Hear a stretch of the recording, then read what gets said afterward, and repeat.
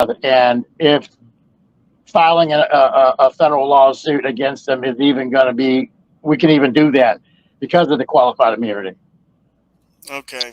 Well, wouldn't you know it, I didn't press the record button, so we didn't get any of that recorded, but we'll go over it real quick.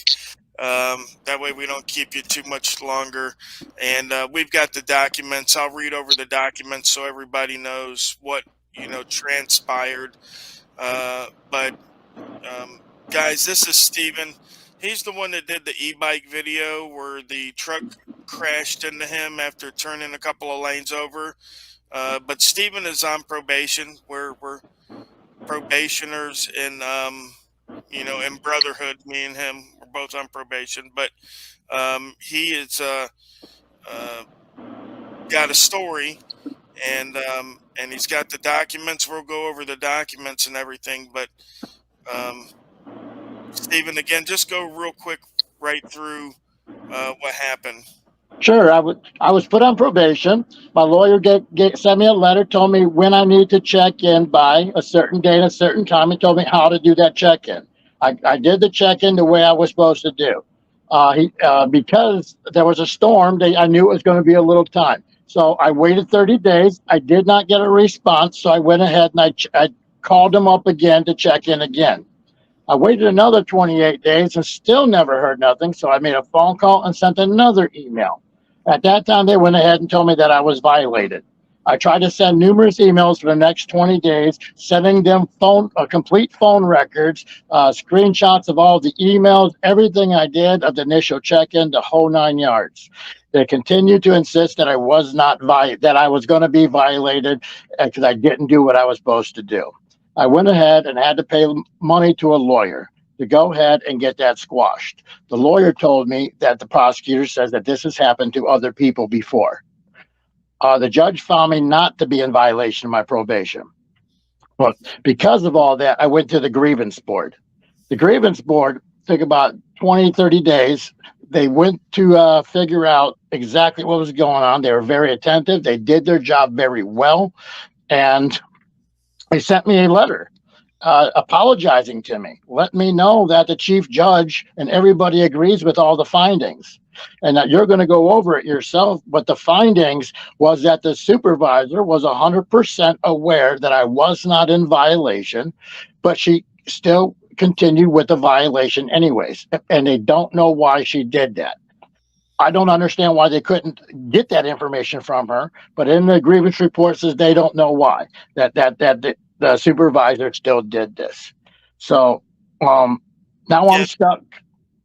yeah. The only thing that you're stuck because the money that you would have paid to the probation for your fines, fees, court costs, DUI classes, you now had to pay to the lawyer to squash this violation, which wasn't a violation to begin with, right? But now I don't have that money no more. My probation's up in August, so I'm going to get violated again because I cannot pay that money now because I'm on Social Security, and I only have a few months to save up almost $3,000 in court costs and fines now. It's terrible. You said you sent a letter to the judge. Hopefully that'll do something. Yeah, Uh, they you have also sent the grievance. They also sent the grievance findings to the judge as well. So the judge has my letter explaining everything in detail and my hardship, and also has the grievance findings, and I'm waiting on that. okay, okay. You said you have a lawyer too, right? I Public. don't have I've been calling a lot of lawyers. A lot of lawyers don't want to touch it, but I have a couple lawyers looking into things right now to see what we have and what case law and stuff like that's out there. Okay, because the lawyer that you paid, he was just handling that violation thing, and now he's not your lawyer anymore, right? Right. I asked him about it, and it was obvious he knew nothing about constitutional law or nothing like that. And he was just Well, no, I wasn't asking about the civil suit per se. I was asking to see if he could possibly, write a motion to the judge uh, declaring hardship so that you wouldn't have to pay he wants more those money for fines. that. He wants more money for that I'm sure he does. that I don't have. Yeah. I'm sure he does. Yes, Yes, they all do. They all do. All right. So, and you're in Florida? Yeah, I'm in Pensacola, Florida. This happened up in the Keys in Marathon, Florida. Okay. Let me Yeah. see what I can find out about that. Let me see if I can find out something that maybe could benefit you, as far as not having to pay those fines and fees. I won't guarantee anything, obviously, but I'll take a look and we'll chat privately. Yeah, Uh, I did. I mean, in the letter, I asked, I explained my situation. I am on Social Security. I did explain that there's no way I can come up with the money. I did ask him if he can either knock the court costs and fines off because of what happened to me, or if he can just make that a civil action and allow me to pay that throughout the rest of whatever, you know. right. Well, now we'll get to see, what kind of judge you got. Judge Is it Morgan. Judge Morgan is his name. Elizabeth McNally is the probation officer, my probation officer. But like I said, she wasn't the one that pretty much did everything. It was the supervisor that made all the mistakes and screwed things up and refused to reconcile her mistakes. I mean, when I say refuse, she's 100% aware. And when you go over the paperwork with everybody, they'll see that. all right? Well, I don't want to keep you for too long. Most folks don't realize, but we've been talking already for a good 20 minutes. I forgot to hit the record button, and we have all the pertinent information in the documents. But I wanted to bring Stephen on so he could give you his firsthand, um, knowledge of what was going on. Now, Stephen, is this the first time you ever were in trouble? Is this, or have you been on probation before? You said. Yeah, I've been on probation before. I haven't been the best person my whole life, but when I get on probation, I make sure I take care of all my accomplishments. It's just the person I am in life that I do fulfill all my obligations in life. But yeah, I've been in trouble. I've been on probation, and that's how I knew that I needed to do my check-in every 30 days at least. And they just wasn't doing their part. Well, today, Stephen, more people I think than not have been on probation in their life. Um, it's a big industry here in America to charge people with crimes. We got more people in jail now than places like Russia and China. And a lot of people said, well, they'll just shoot you over there. That's not so much true anymore. 50 years ago, yeah, that was true. But now I don't think not so much. I could be wrong though. I don't live there. I don't visit there. Yeah, Um, they don't shoot you here. They just shove you in a cage and stick you with all kinds of fines and stuff. exactly, exactly. Yeah, they're more looking for producers rather. Why kill the golden goose, right?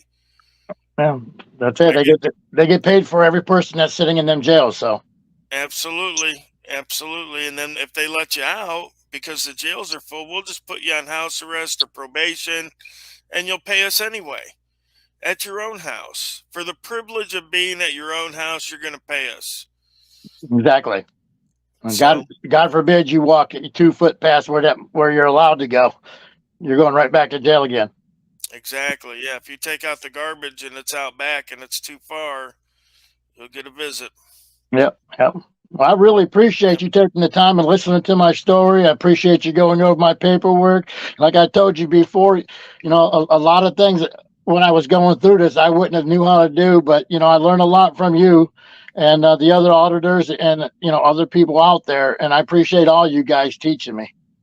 Well, thanks, Stephen. That's what it's all about. You know what I mean? That's when I started. I wanted to teach my girls about their rights. For when they get older and they watch Dad's videos, and so they can assert themselves in situations out in society when confronted with authority. But it became so much more than that, and I get a lot of emails and stuff from people that have used the knowledge and have come out on top. Um, or a lot better than they would have if they didn't have that information. So I thank you, Stephen, Well, and real quick, hey, if anybody wants to check out my YouTube page, it's called My Middle Age Adventures. Okay, just basically a bunch of 360 travel videos. some really good stuff. I think it is, at least. I appreciate you coming to subscribing and checking some of my videos out. Absolutely. We'll include a link to his channel in the description. That way you guys got a link to get there. And yeah, thanks again, Stephen, for being on here with us, sharing your story.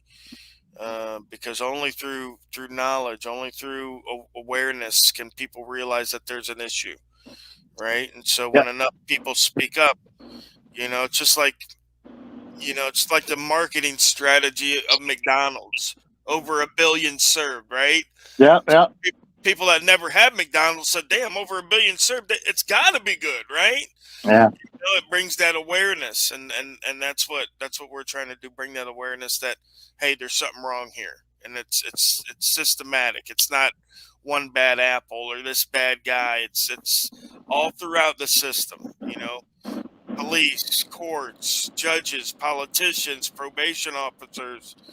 The system's broke. We need to start working on it. All right, Stephen. Thank you, sir. We'll keep up to date, and please let us know how it goes with the judge, and finding out if you cannot pay those fines or whatever. Let us know how everything goes for you. Okay. All right. Well, thank you very much. Appreciate you. Absolutely. Thank you, sir. Bye.